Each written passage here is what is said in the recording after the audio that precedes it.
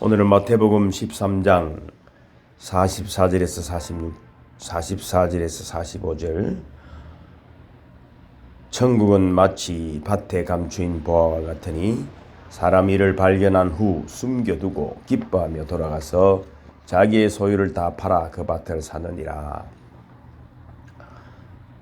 오늘은 천국 마치라는 제목의 시작입니다. 첫 번째 말씀이 밭에 감추인 보화. 천국은 소중한 것은 틀림없습니다. 그러나 단순히 전에도 말씀드렸지만은 죽은 후에 가는 곳만 아닙니다. 그곳은 하늘나라다. 그리고 우리의 심령의 영적인 하나님의 나라, 그리고 이 땅에서 우리가 누리고 또 정복하고 다스리고 섬기고 또 세상의 빛으로 소금으로 살아가야 할 천국도 너무나 중요합니다. 그러면 구체적으로 천국의 삶을 얻으려면 어떻게 해야 하는가? 오늘 본문 말씀을 보면은 첫째, 천국은 땅속의 보화처럼 감추어져 있다는 것입니다. 우리가 꼭 기억해야 하는 것은 그가 보화를 찾으러 다닌 것이 아닙니다. 이 사람은 성실하게 열심히 일하는 농부였습니다. 그런데 열심히 일하는 중에 그 보화를 발견한 것입니다. 마태복음 13장 11절에도 보면은 천국의 비밀을 아는 것이 너희에게는 허락되었으나 그들에게는 아니 되었나니 예수님 말씀하셨죠. 여기서 감추어진 보화는 바로 예수 그리스도이시며 또 이 보화는 천국이겠죠. 그래서 천국을 발견한 사람은 기쁨이 넘칩니다. 기뻐하라 하는 것은 천국을 발견한 사람들에게 하는 이야기입니다. 천국은 마치 밭에 감춘 보화와 같으니 사람 이를 발견한 후 숨겨두고 기뻐하며 돌아가서 땅속에 묻혀있는 보화를 발견하고 얼마나 기뻤겠습니까? 이것이 신앙생활의 비밀입니다. 초대교회 성도들은 이 기쁨을 누렸습니다. 심지어는 예수 믿는 것으로 목배임을 당하면서도 기뻐했습니다. 참으로 요즘은 천국을 소유하기엔 너무 세상이 좋고 세상 속에서 살기엔 꺼림칙합니다. 이런 사람을 주변적 그리스도인이다 그렇게 말하죠.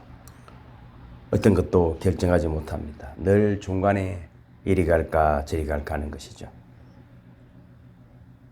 그러나 여러분, 진짜 보화는 이곳저곳이 아니라 그 모습 속에 있는 것이 아니라 내 속에 있는 것입니다. 진짜 보화는 겉으로 보이는 곳에 있지 않다는 것을 알 수 있습니다. 우리도 마찬가지죠. 자신의 내면이 아닌 외부에서 보화를 구하면 죽을 때까지 참된 보화를 찾지 못할 수도 있습니다. 사람은 다 내면에 보화가 있습니다. 왜? 하나님이 지으셨기 때문입니다. 하나님이 얼마나 아름답게 우리를 지으셨겠습니까? 우리는 너무 많은 것 보고 듣다가 자신을 잃어버리는 수가 많이 있습니다. 예수님은 우리 성도들에게 너희는 세상의 소금과 빛이라고 말했습니다. 이미 성도는 다 기적적인 존재입니다. 자신을 발견하시기를 주님으로 축복합니다. 세 번째는 이 보화를 본 사람은 그 소유를 위해 어떤 희생이라도 지불합니다. 여기서 좀 우리가 주의해야 할 것은 보화를 발견한 사람이 보화를 사는 것이 아니라 보화가 묻힌 밭을 샀다는 사실입니다.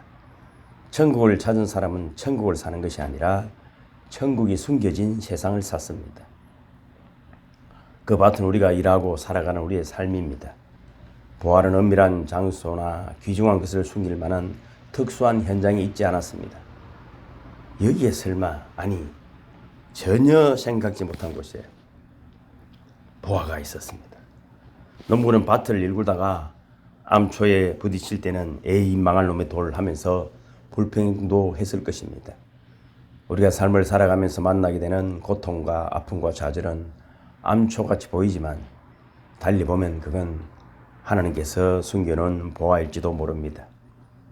그리스도인이란 암초 속에 숨겨놓은 하나님의 보화를 발견한 사람입니다. 또 이 비유를 오해하는 대부분은 보화를 발견하고 그것을 얻기 위하여 치러야 할 희생이나 대가를 강조하는 경우가 있습니다. 그러나 그렇지 않습니다. 제가 만나는 믿음의 사람들을 보면은 그런 것은 토론의 대상이 되지 않습니다. 진짜 사랑하면, 진짜 보화를 발견하면 희생과 이런 뭔가 대가를 강요할 필요가 없습니다. 결단은 이미 내려졌습니다. 그 발견 자체가 발견자에게 그러한 결단의 수고를 이미 들어주었습니다. 발견자의 그 행위는 희생이 아니라 당연한 것이기 때문입니다. 박가는 농부가 발견한 보물, 그가 치료할 대가는 비교 대상이 되지 않습니다. 언뜻 보면은 박가는 자가 밭을 사기 위해 자기 전 재산을 파는 모습이 훌륭해서 그것을 강조하기 쉽지만은, 그러나 이 비유에서 박가는 자의 대가나 희생을 강조하면 자칫 구원을 얻기 위한 인간의 선행이나 공로를 강조하는 사상으로 오용될 수 있습니다.